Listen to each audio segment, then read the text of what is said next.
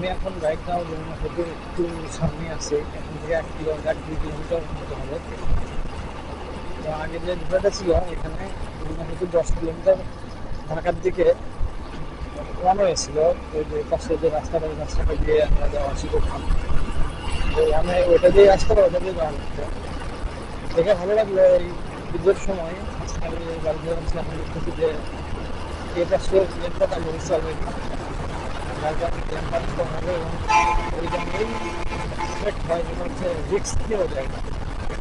সেটা অনেক রিস্ক হয় যে একটা গাড়ি আসলে একটা গাড়ি ওভারটেক করা যায় না। ওয়ান ওয়ে বুঝতে হয়েছে যে ওভারটেক করতে গেলে কি প্রবলেমটা ফেস করতে হয়।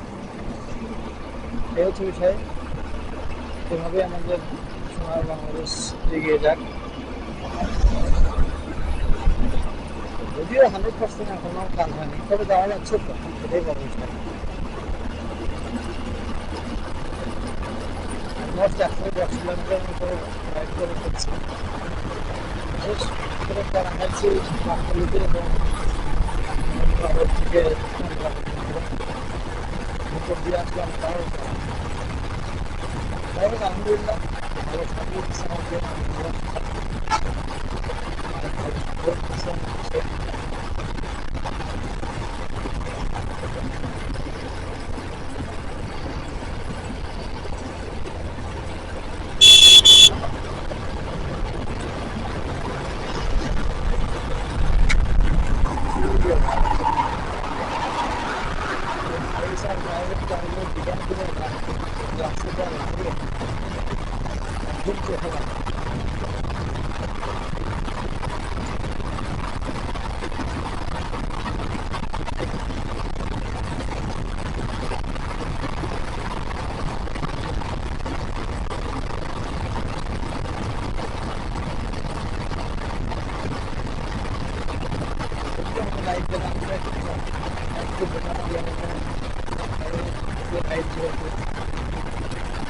একটু আগে বেশি লাগে।